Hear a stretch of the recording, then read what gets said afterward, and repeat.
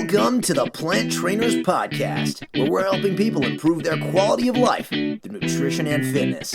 And now, your hosts, nutrition and wellness coaches, international speakers, Adam and Shoshana Chaim. Hey, I'm Adam Chaim. And I'm Shoshana Chaim, and we are Propelled by Plants. Today we bring to you episode 457, Becoming a Vegan Runner with Daniel Puth. In this episode of the Plant Trainers Podcast, we talk with vegan runner Daniel Puth about lifestyle as a vegan runner.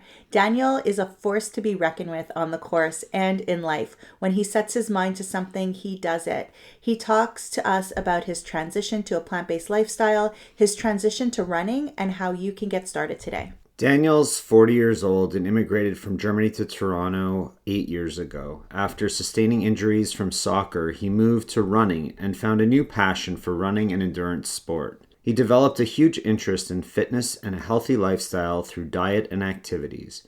He started vegan running just before his first successful vegan marathon to build, assist, and expand the vegan running community as well as exchange experiences. His passion is to run mid and long distances and perform them as a plant-based athlete. It will be his honor to wear a vegan running singlet in the 2024 Boston Marathon with the long goal to run a new personal best at the age of 42. So many great tips to get you running, get you active, and doing it all through a vegan lifestyle. Check this episode out. You're going to love it. Hey everyone, now it's more important than ever to stay close and connected to us as we're going to be making some changes here at Plant Trainers. So please head over to planttrainers.com and get our plant-based comfort foods recipe book for free. That's a $14.99 value just by signing up for our newsletter so that you can know what changes are, because we want to make sure that we stay in touch. And now, moments of gratitude. I'm super grateful because I have partnered up with a couple of amazing people recently. They want to help people heal the way that I do beyond plant-based nutrition, and they've come to learn and do some amazing work. I'm just grateful to be connected with them. I'm grateful to be able to see people put in the effort to get to where they want to go. It's always really difficult at first to get started, but once you set your mind to something and you put in the actual effort to get there, it's all attainable. Daniel Puth, thank you so much for joining us on the Plant Trainers Podcast today. Thank you for having me, and I'm really excited to share some moments with you. Thank you. We're excited too, and we'd like to know if you have a moment of gratitude to share with us and the listeners. Yes, I do. I want to quickly talk and appreciate that I am actually able to run. And I do that on a daily basis. I do that every day.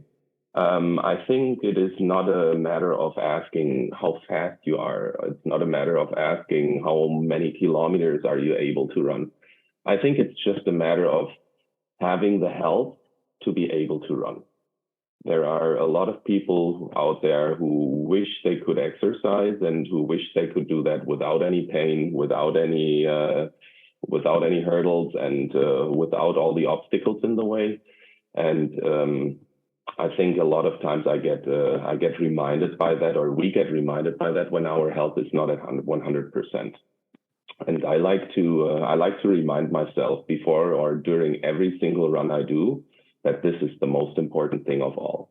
Before we even think about other goals, we have to make sure that our health is 100%, and that's what I always thank for, and what I'm very, very thankful and where I have a lot of gratitude for. It's really refreshing to hear you say that, because I have so many clients who are coming to me because they can't walk anymore, or they can't run anymore, or they need to lift their leg to be able to get up into the car. Their legs not working on their own, and watching them go through the progress and watching them get to the point where they can, start to walk again, or start to jog again, or get on the floor and play with grandchildren, or do their gardening, or even stand long enough to make food for themselves. It's so humbling to recognize that even when we have bad days, we're still able to do so much that some people out there are not able to do. So thank you so much for bringing that light to us.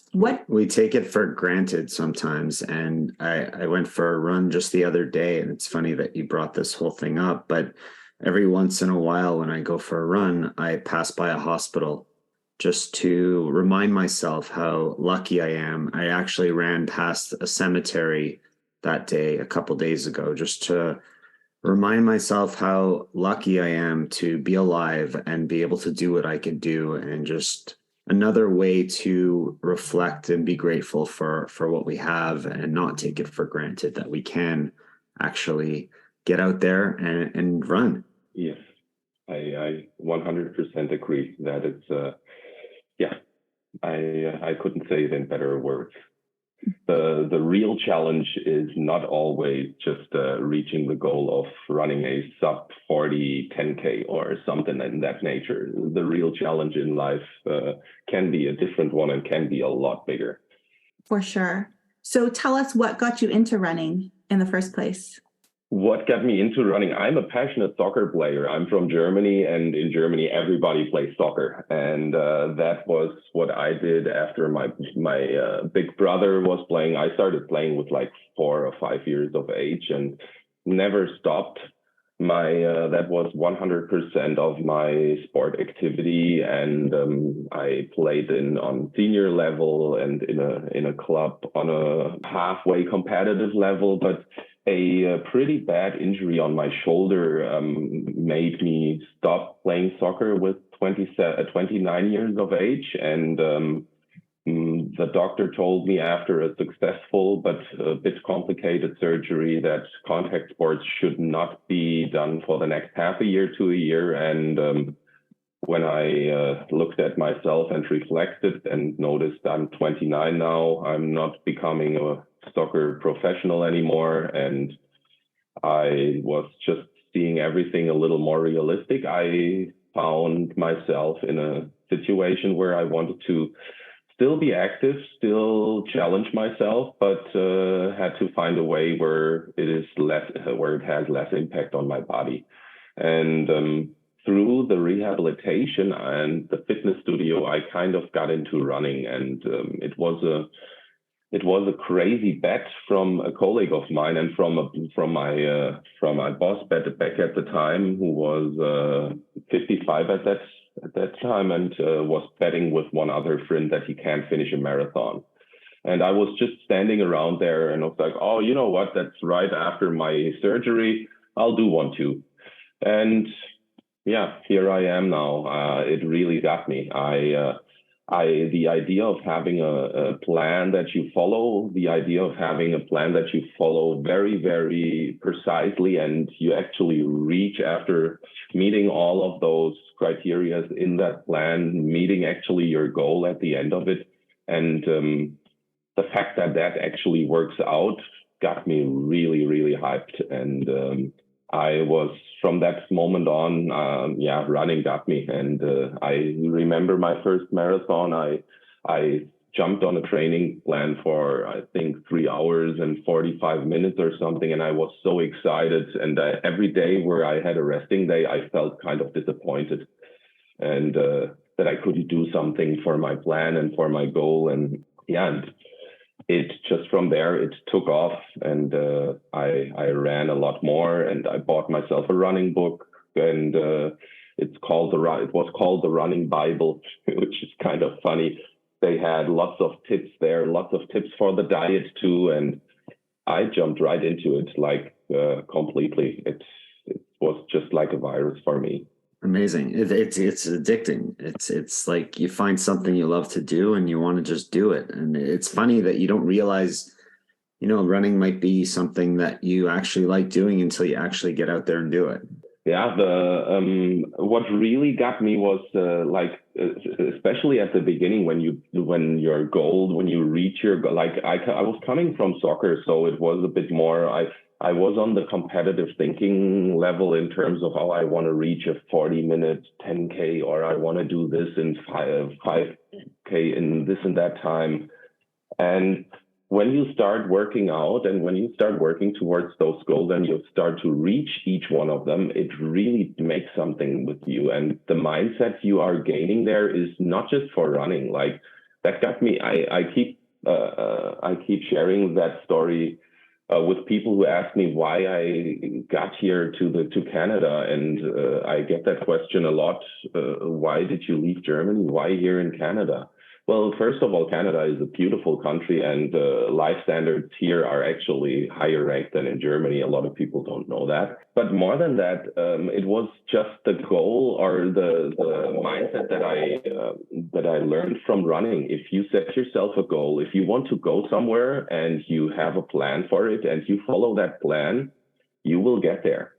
You will automatically get there. And Adam, I'm referring to the podcast where you were telling your story and you explained that I can't should be erased out of the dictionary. That's how I feel about that too. Like that's what this whole running experience taught me. There is no I can't. You have to have a realistic goal. Okay, that much I agree. You can't like jump half an hour steps or something like that. But other than that, I am very, very convinced that if you're willing to put in the work and if you're willing to follow that plan, you will get there. Yeah, you make a choice. You either choose to do it or you choose not to do it. But there is no such thing as I can't. You can. It's a choice that we all have that we can make. And for sure.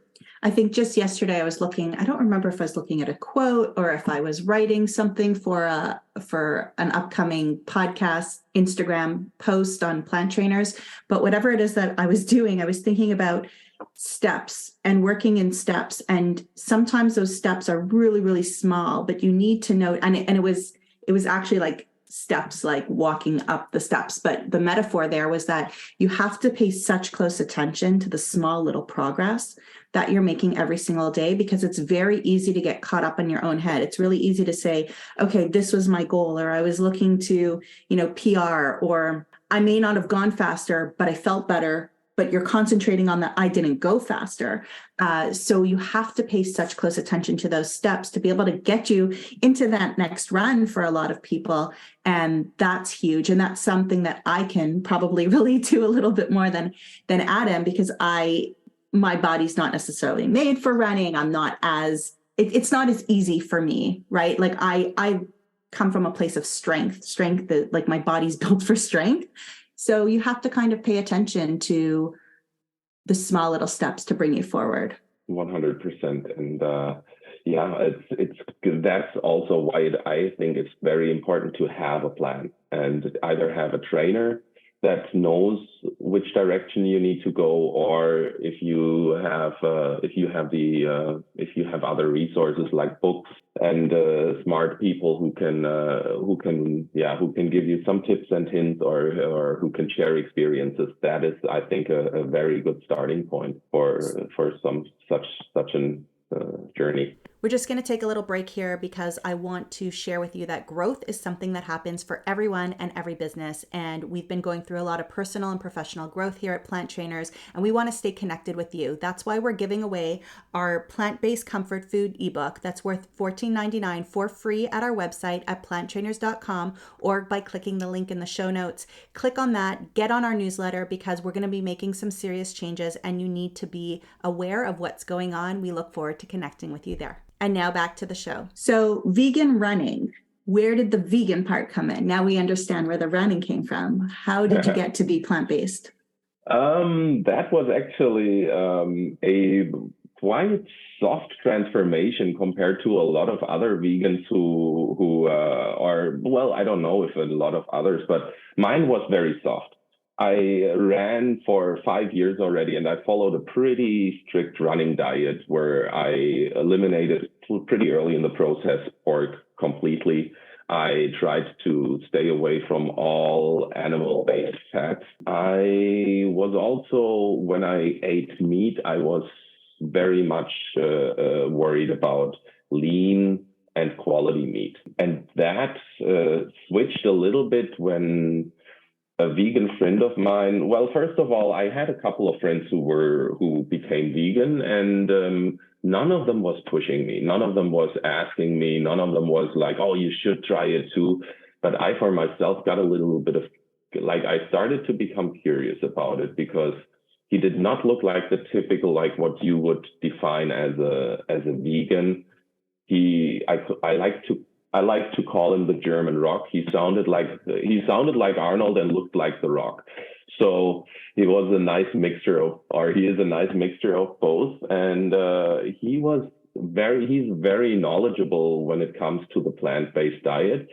But at the same time, he was never pushing. And he got me extremely curious how it would actually affect my endurance running, because I'm running a lot. I eat a lot of calories. I need a lot of nutrition. And the way he was explaining it, it wouldn't make any issues, or it wouldn't be even a problem for me. So at one point, that was actually not too long ago, in February this year, I decided to, when I went on a vacation with him, I decided to go vegan, as I eliminated a couple of months before already the dairy out of my diary as well, because of some interesting documentaries on YouTube that kind of got me away from that. And the eggs I also eliminated, so there was only chicken and meat left. And for that, I actually went through the exercise of going to farmers market and bought it on Saturdays when I went with my girlfriend there. And I asked myself, why do I go through that exercise? Why am I doing this? And when I went on the vacation and had that 2.5 weeks of complete 100% vegan life, I returned and I never missed any meat and never looked for anything. I think my veganizer friend put it in very good words. He said, you should not see it as you're limiting yourself. You should look at it as you're gaining something for your life. And that is a very, very good way of describing veganism. That's a great perspective. Yeah. Yes. So how did your running change? Did it change because you went from eating a lot of calories, getting a lot of calories from the animal-based meats, to becoming vegan?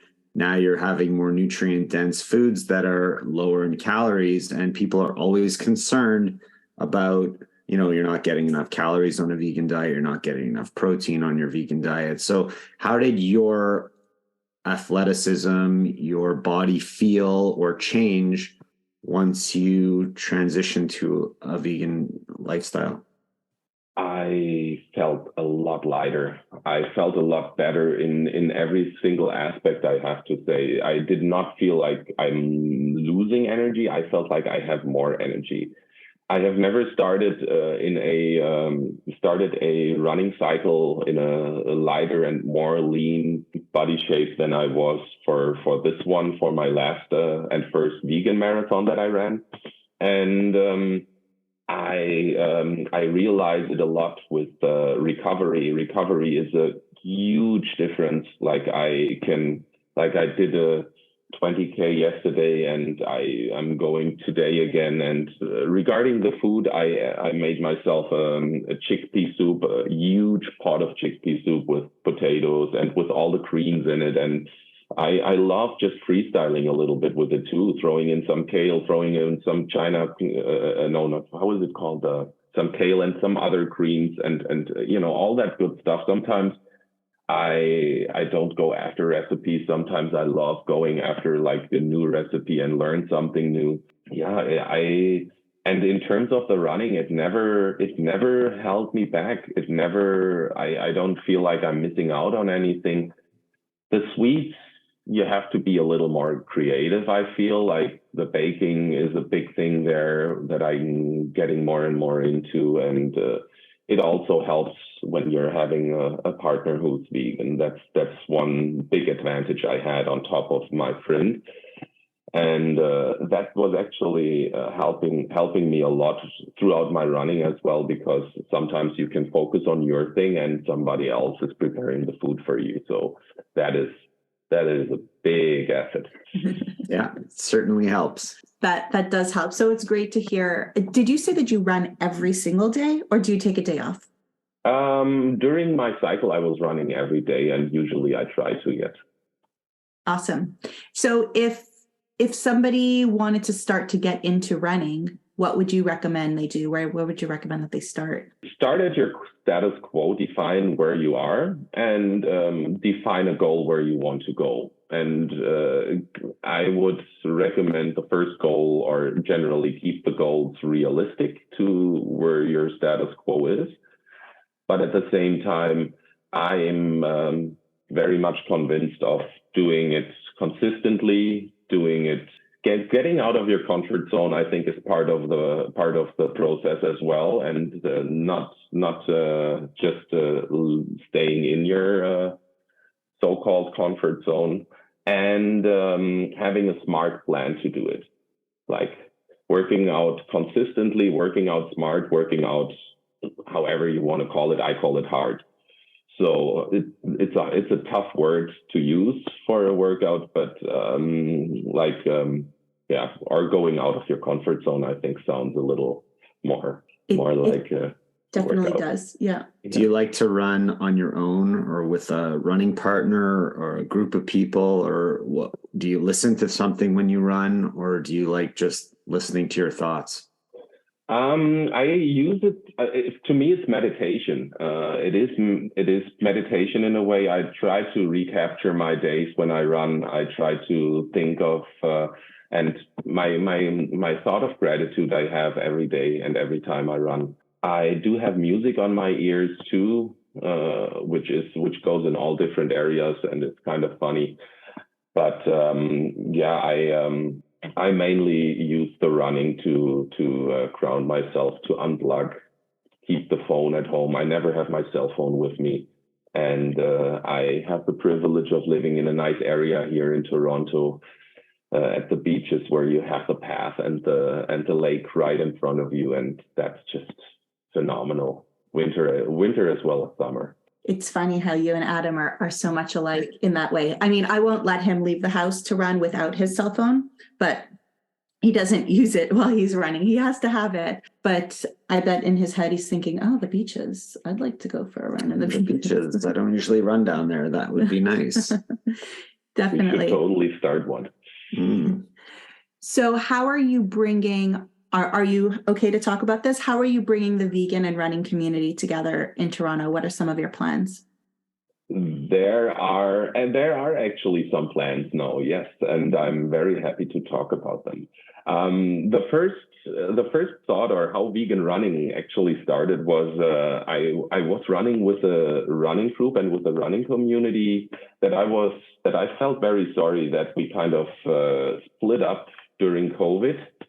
And I kind of lost my running group, and we used to be a very competitive bunch of people, and I was one of the slower ones in that group, and they were always very much about performing well and having a nice jersey on and representing the group. And it was a very challenging sometimes, especially for me, since I ran with a lot of guys who were faster than me. But at the same time, I felt very proud wearing the singlet on races and such. And since I didn't have that anymore, and I became vegan, and running is my passion, and I really, really love both, and I wanted to represent, and I wanted to show everybody in Toronto that vegans can run fast and hard. I decided to run with a singlet and to run with vegan running, and to found that group. And I'm now in the process of speaking to different partners to organize a 10-kilometer vegan run in Toronto, which should be a very interesting way of bringing the community a little bit more together, bringing it together with non-vegans, showing non-vegans that vegan food is good too, having some vegan partners there when you finish to refuel, having maybe a category only for vegans where the first 3 finishers get a prize, and embrace the lifestyle of sustainable and healthy living, and do that through a nice community run. That's one thought I have in my mind, where I feel like it's a great way of reaching out, reaching people, reaching families, and raising a little bit of awareness for our great lifestyle. At the same time, I want to have it competitive. I do have to say there is a huge urge for having a elite field of sub 40 runners here in Toronto. There's a huge interest for me to bring some running clubs down there too, and to make this really a sports event as well as a fun event on both sides and both ends. I love the idea. We have a great vegan community in Toronto, and there's nothing more exciting to us than getting people active and getting people out there and involved, and putting together a vegan run. It sounds like a great idea to bring everyone together in the great city of Toronto. And I know they're doing this in other cities as well. So there's definitely a want for it, and showing that we could be elite athletes as well. I mean, it's already been proven, so it's awesome, and a lot of people could take part, especially if it's a family event. And of course, we would love to help support the event. Let us know when it is, and we'd love to be there and be a part of it. 100%. And help get the word out. For sure. Yes, I would love every team up and every partner I can gain for this idea. I would love to, and it's gonna be, yeah. I'm really excited about it too. I just started it, and it actually came from one of my role models, Arnold Schwarzenegger, has his 6 secrets of success recorded on YouTube. There, I found them extremely helpful if you want to motivate yourself. If you just overhear his really funny accent back at that time, then yeah, he's really good. And one of his rules is to give back something to the community. And I don't really see any like them. That's my drive for this. It's not really anything in terms of, I want to get vegan running out there. No, it's really, yes, I want to get our causes, being a vegan, being able to perform well, and the healthy lifestyle is proven, and we can all live with it. And you don't need to kill animals to live your own life. It's absolutely unnecessary. And you can perform, you can have great food, it will taste good, and there's nothing you will miss. Yeah, love it. Daniel, if there's people that are listening that are interested in the vegan running program or interested in learning more about you, where would you like them to go? Where can they get that information? They can visit my website, www.vegan-running.ca. Anytime you're interested, there are several ways to contact me through the website. I have an Instagram page, Vegan Running as well. And I also have a Facebook site that's called Vegan Running. So if you're interested in having a fun run in Toronto around the beaches, or if you're interested in having a chat and about veganism in general, or how to train for your next marathon, 10K, or you have any other goal, feel free to hit me with a message, and we can sure have a chat and see how we can work together. Awesome. We're going to link to your information at planttrainers.com. Daniel, it's awesome stuff you got going on. Happy to hear it, and look forward to getting involved with that run that you're going to put together. So thank you so much for being here on the Plant Trainers podcast. Thank you so much for having me. It was a pleasure talking to you, and have a wonderful next week. And we'll be in touch. Thank you all so much for listening to this edition of the Plant Trainers Podcast. We want to make sure that you subscribe on iTunes, Google Play, iHeartRadio, Stitcher, or any other podcasting platform. We really appreciate the feedback we receive from you every time we get a 5-star rating or review on iTunes from one of our fans. It really helps other people find us, just like you did. Thanks so much to our patrons. To become a patron, visit us at patreon.com/planttrainers. Even supporting us with $1 really makes a difference in the quality of the show. And don't forget to connect with us on Instagram and Twitter. Our handle is @PlantTrainers. Like Plant Trainers on Facebook, join our newsletter, and check out our website at planttrainers.com for awesome recipes, a list of our services, and of course, our latest podcast. We encourage you to email your questions to info@planttrainers.com so that we can help you improve your quality of life through nutrition and fitness. So we hope we've inspired you today. Join us again next time and have a healthy day. Or is that too corny? It's a little cheesy.